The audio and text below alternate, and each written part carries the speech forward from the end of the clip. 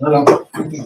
Du Père, du Fils et du Saint-Esprit. Amen. Alors aujourd'hui, comme vous savez, tous ceux qui sont ici, tous ceux qui viennent de différents endroits de Roumanie, y compris nous-mêmes, qui sommes roumains d'adoption, seulement de l'Église roumaine depuis une dizaine d'années, presque 50 ans maintenant, le fait de faire mémoire de Saint-Étienne le Grand, Stéphane, Chelmar et Chelskoun, Saint-Étienne le Grand, de faire mémoire de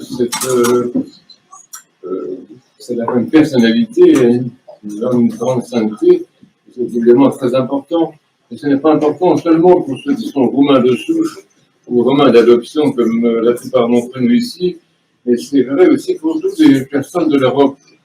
Parce que Saint-Étienne le Grand, comme vous le savez certainement, je ne peux pas vous apprendre ces choses-là, mais je vous rappelle, Saint-Étienne le Grand, il a, par son courage, sa patience, son habileté aussi de négociateur, de diplomate, un homme très intelligent, très habile, qui aimait la paix et qui ne faisait la guerre que vraiment quand elle était obligée, parce qu'il avait essayé tous les moyens, toutes les discussions possibles, toute la diplomatie possible. Vraiment, il se résignait, disons, à faire la guerre quand il ne pouvait pas faire autrement. Et donc, en se résignant à faire la guerre, il a quand même protégé une partie de la Roumanie, de la Roumanie du Nord, ça s'appelle la grande Roumanie de l'époque, avec la Roumanie donc, qui était morcelée plus récemment, mais donc on appelle la grande Roumanie, donc c'était toute cette région du Nord, selon la Moldavie, la Bucovine qui est à côté, c'est cette région-là, et qui était particulièrement convoitée par les envahisseurs ottomans. C'était des gens très riches, il y a des arbres, des prairies, il y a des cultures, il y a de la richesse dans le sol, il y a des animaux sauvages, il y avait des bisons sauvages à l'époque, des choses extraordinaires. Et donc cette région-là, très convoitée, en fait, a été le lieu de défense contre l'envahisseur. Et ce que je voulais dire, c'est que Saint-Étienne le Grand n'a pas seulement protégé la Roumanie, c'est pas un saint pour la Roumanie qui a défendu la Roumanie, qui n'existait pas. La Roumanie n'existait pas, c'est des grandes provinces indépendantes, avec des voïvodes, des chefs extraordinaires, d'ailleurs, mais tout à fait indépendants. La Roumanie, l'unité nationale roumaine telle que nous la connaissons actuellement, tout à fait récent. Donc c'était des provinces indépendantes, avec leur propre histoire, leur propre caractère. Et donc Stéphane le Grand, ou Saint-Étienne le Grand, quand il a arrêté les Turcs de la vie, il les a arrêtés pour l'Europe. Hein. Parce que figurez-vous bien que si Saint-Étienne le Grand n'avait pas arrêté les Turcs dans son pays, les Turcs seraient venus jusqu'à Vienne. Et après Vienne, on ne sait pas jusqu'où ils auraient pu aller. L'invasion ottomane pouvait occuper une partie très importante de l'Europe, pas seulement de l'Europe de l'Est, mais d'une Europe beaucoup plus proche de la nôtre. Donc, vous voyez, quand on fait mémoire de ce saint en ce jour, malheureusement, je n'ai pas l'icône de cette sainte personne. On peut faire la voir, si quelqu'un d'entre vous a envie de réaliser cette icône, ce sera bien. Mais donc, si on a cette icône, c'est parce que ça concerne l'Europe. C'est un saint pour l'Europe. On n'a rien contre les Ottomans, c'est des gens qui ont des tas de qualités par ailleurs, et après, ils étaient aussi bien chez eux. C'était bien de les. Mais ce que je disais tout à l'heure, que je redis, c'est que ce n'est pas quelqu'un qui aimait la guerre, parce que la guerre, vous savez, est un grand péché. Il n'y a pas de bonne guerre, ça n'existe pas, c'est toujours un péché. Donc, mais il y a des péchés quelquefois qu'on fait, si tu es attaqué chez toi par quelqu'un qui veut tuer ta femme et tes enfants, tu fais quelque chose, je pense, pour défendre ta femme et tes enfants, et quelquefois l'attaquant va souffrir de cette défense, vous voyez, mais ça reste un péché. Je connais des personnes qui ont tué pour défendre leur pays ou leur famille, qui ont fait pénitence toute leur vie après ça, parce qu'ils avaient versé le sang, vous voyez. Les chrétiens sont des gens très intelligents, ils savent très très bien de quoi il s'agit, ils savent très bien que la guerre est un péché, que le meurtre est un péché, que toute forme de meurtre, d'assassinat est absolument indéfendable devant Dieu, qui a dit dans les 10 commandements, comme vous savez très bien, tu ne tueras pas. Quelle que soit la forme que prend la violence, le meurtre et le sang versé, c'est toujours quelque chose qui souille un peuple, qui souille une personne, qui souille une terre, aussi, qui souille un pays.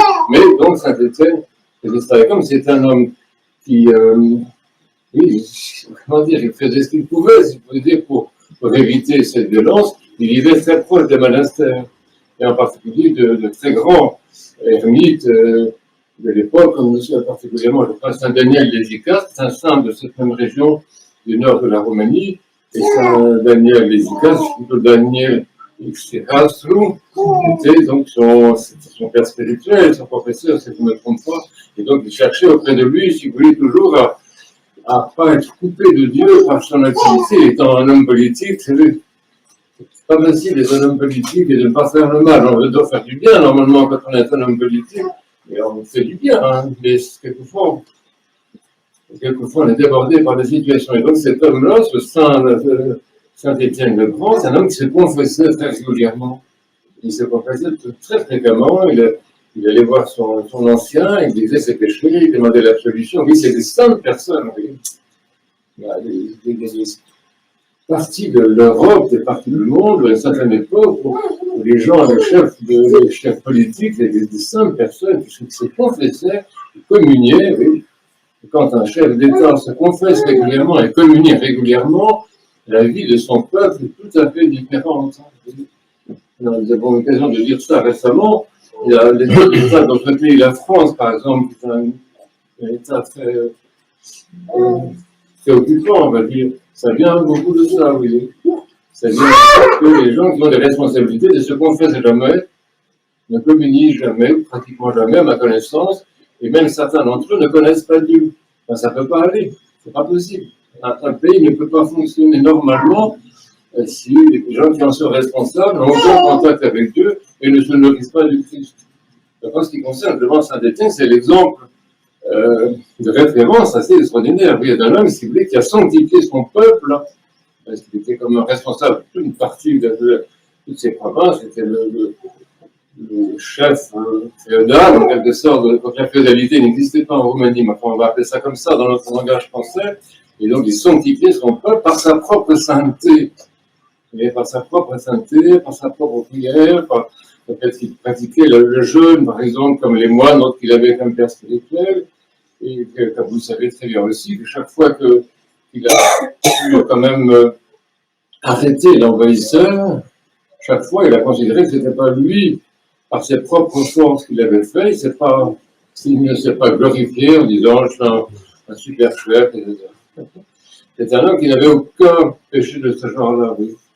Pas de vanité, pas d'orgueil, pas de prétention, simplement un sens du service, être au service de son peuple et être au service de l'Église.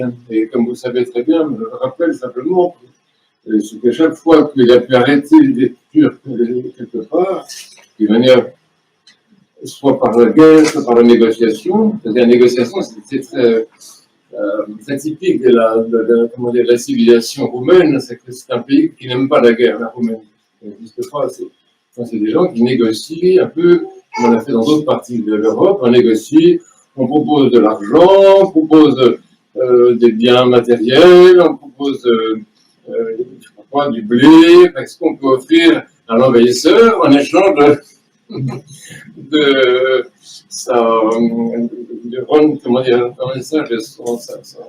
l'attitude raisonnable qu'il adopte généralement provisoirement. Mais donc, tout ceci, c'est que ça soit par la négociation, que ça soit malheureusement forcé à avoir des armes chaque fois que donc cette action de sa part aboutissait à une paix durable ou provisoire, chaque fois, pratiquement, il a construit une église ou un monastère. Et donc, quand vous visitez la Roumanie, ceux qui ne la connaissent pas, mais ceux qui la connaissent peuvent la visiter aussi, et on voit beaucoup d'églises qui datent de cette époque-là et qui ont été construites à la suite de tel événement. Donc, c'est un pays qui, cette région de la Roumanie est remplie d'églises qui sont des signes de ce qu'on considérait comme un miracle, si vous voulez. Parce que là, il ne faut pas se faire reviser, l'envahisseur ottoman, c'était des gens très nombreux, extrêmement nombreux, assez bien armés, assez agressifs, redoutables. Et l'armée de Saint-Étienne le Grand, c'était quelquefois une toute petite armée. Mais il se débrouillait parce qu'il y a des forêts là-bas. Alors on utilise beaucoup les forêts, on fait beaucoup de guerres de guérilla, vous savez, et avec la résistance des gens du pays qui connaissent leurs forêts, les forêts de cette région-là, elles sont immenses, hein. Et donc on te cache dans la forêt et l'envahisseur ne te trouve pas. Donc la personne qui habite là arrive à résister par un système de guérilla, comme on dit dans d'autres contextes, hein. Et donc, voilà, aujourd'hui, ça fait voilà, on trouve des monuments, mais qui sont considérés pas seulement comme des monuments qui flattent la vanité humaine, hein, et l'héroïsme, ça n'existe pas. Chez nous, ce n'est pas partie de notre civilisation, mais des monuments qui sont les signes de l'aide de Dieu apportée à son peuple. Ça ne veut pas dire que Dieu préfère un peuple à un autre, parce que Dieu est quand même assez intelligent pour aimer tous les hommes, comme vous le savez parfaitement. Mais il est sûr que Dieu protège quand même ceux qui mettent leur foi en lui. Et donc Dieu a protégé et a soutenu un peuple qui confessait la vraie foi, qui le connaissait, qui essayait de vivre selon sa volonté, qui essayait de se sanctifier à partir de l'exemple des autres saints. Et donc c'est vrai que Dieu n'a pas abandonné ceux qui mettaient leur foi en lui. Et ça c'est tout, c'est pas une préférence, si vous voulez, mais simplement qu'il y a une relation particulière entre un peuple croyant et orthodoxe, en l'occurrence, et Dieu lui-même, qui fait que cette alliance entre Dieu et son peuple est une alliance qui entraîne des formes de protection, des formes d'aide et des formes de soutien. Donc, vous aurez l'occasion, je vous recommande beaucoup les uns et les autres de lire un peu l'histoire, d'étudier un peu l'histoire de l'Europe, l'histoire de la Roumanie en particulier, que la plupart d'entre nous n'ont pas eu l'occasion encore de connaître, pour voir qu'est-ce que c'est qu'un peuple qui vit selon la foi orthodoxe et qui essaie d'être cohérent avec sa foi. Donc, voilà, nous faisons mémoire de Saint Étienne le Grand, et on a ajouté en Roumanie, quand on l'a canonisé, Sfântul Ștefan cel Mare, și cel Sfânt, c'est le Saint le Grand, et le Saint. Et vous devez savoir que justement, c'est une question très importante, parce que au Saint-Synode de notre Église, quand il a été question assez récemment, dans les années 90, je crois, de canoniser officiellement Saint-Étienne le Grand, il y a des oppositions. Ben oui, il y a des oppositions. Ce n'est pas des gens qui n'aiment pas Étienne le Grand, mais des gens qui ont dit, est-ce qu'on peut canoniser quelqu'un qui a versé le sang? Ça a été un vrai problème dans notre Église. Un vrai problème. Et donc, finalement, le Saint-Synode, dans sa sagesse, a été au bout de ce projet de canonisation en utilisant les arguments que je viens de vous donner. C'est-à-dire qu'en fait, que quand le sang avait été versé, c'était vraiment pas acculé, en quelque sorte, à la défense. Donc, c'est très important. Surtout dans le contexte où nous vivons ici, pas seulement en France, mais sur la planète, on voit très bien les différences des comparaisons qu'on peut faire qui sont très intéressantes. On voit qu'il y a des différences extraordinaires dans le comportement politique et dans le comportement par rapport à la guerre, par rapport aux armes. Il y a des façons très différentes de se comporter, surtout quand on essaie d'être chrétien et orthodoxe. Et ce même jour, comme vous le savez, donc, nous avons l'icône pour le coup, privilégié, l'icône de Saint-Jean Maximovitch, qui a été évêque de Shanghai, évêque de San Francisco, mais qui a été évêque de Sèvres, ici, tout près d'ici. Il y a des gens qui habitent Sèvres. C'est pas vous qui habitez Sèvres, non, c'est pas Sèvres. Je sais qui habitent Sèvres, donc ils doivent savoir ça. C'est à côté, on y va à pied à Sèvres, c'est la manufacture de porcelaine. Donc il a été pendant un certain temps évêque orthodoxe de l'église russe en frontière. On peut en parler aussi pendant des heures, c'est quand même des notions à connaître aussi, tout ça. Et l'archevêque Jean donc, a été évêque ici en France pendant un certain temps, je n'ai pas retenu le nombre d'années exactes, mais pendant tout le temps où il a été évêque ici, il s'est consacré non seulement à l'émigration russe, qui avait vraiment besoin de lui, qui était très, très malheureux, il y a beaucoup de pauvreté dans l'immigration russe, qui est beaucoup plus nombreuse que maintenant, la situation a beaucoup changé, et non seulement il s'est consacré à l'immigration russe, mais il s'est consacré aux Français. Et l'archevêque Jean a été le moteur, je ne sais pas si on peut dire moteur pour un saint, mais le saint moteur d'une véritable mission parmi les Français, parmi les Occidentaux,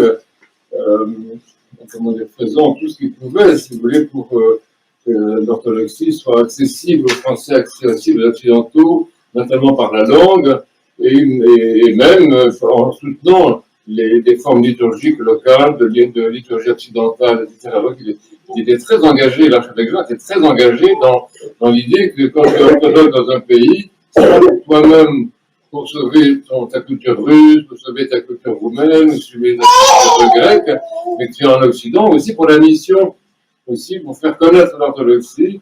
Et même l'archevêque Jean qui ne parlait pas extrêmement bien le français, bien sûr, il bafouillait, on ne comprenait pas de ce qu'il disait. C'était pas sa langue maternelle du tout. Hein. Il n'empêche qu'il a consacré une bonne partie de son temps à cette mission, à cet accueil. Et beaucoup de Père Grégoire Bertrand-Henry, qui a été donc le fondateur de cette paroisse, et que la plupart d'entre vous, vous avez connu, Père Grégoire Bertrand-Henry a été ordonné prêtre par l'archevêque Jean, par exemple. Donc, ceux qui sont connus, Odile, la plupart d'entre vous, vous avez connu le presbytère Odile, c'est pour cette vieille dame qui était là-bas, hein, à la place des jeunes. Hein.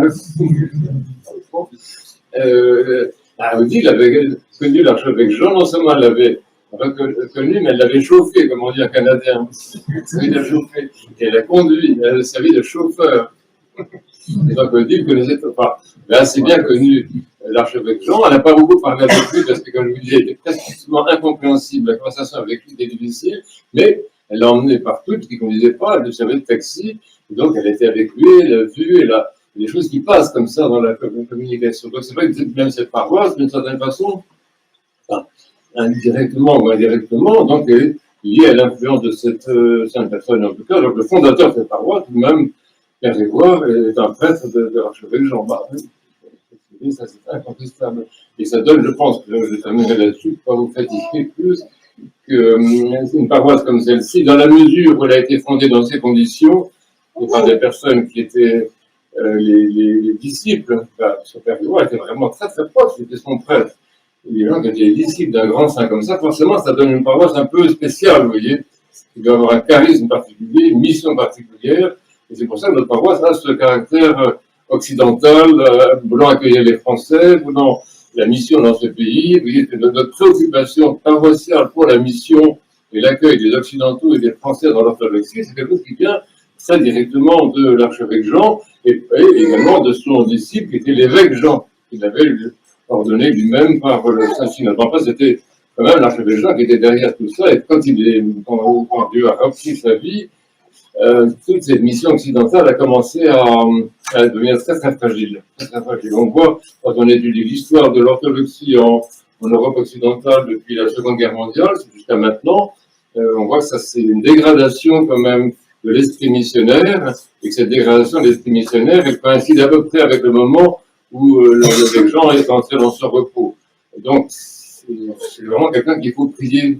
Il faut obligatoire, mais qu'on peut prier, qu'on est appelé à prier. Si nous voulons garder dans la paroisse cet esprit missionnaire et apostolique, ouvert vers les Occidentaux, c'est vraiment à l'archevêque Jean que nous devons demander. Je vous encourage les uns et les autres à prier le saint archevêque Jean pour la paroisse, bien sûr, et pour notre pays, la France, qui a bien besoin de l'orthodoxie, quand même, bien besoin de l'orthodoxie pour sortir de ces difficultés qui viennent essentiellement du péché des hommes. Vous savez, les difficultés, elles viennent du péché, elles ne viennent pas d'ailleurs, c'est pas très compliqué. Et quand un pays a des problèmes comme ça, c'est à cause des péchés qu'on commet tous les jours. C'est ça qu'il faut vivre avec les saints, prier les saints, c'est d'avoir des bonnes fréquentations comme ça, pour avoir, si possible, des vies sans péché, avec le moins de péché possible, des communautés les plus impeccables possibles, pour faire du bien au monde et aider le monde à sortir de ces problèmes. Voilà. Adieu sur la gloire. Amen.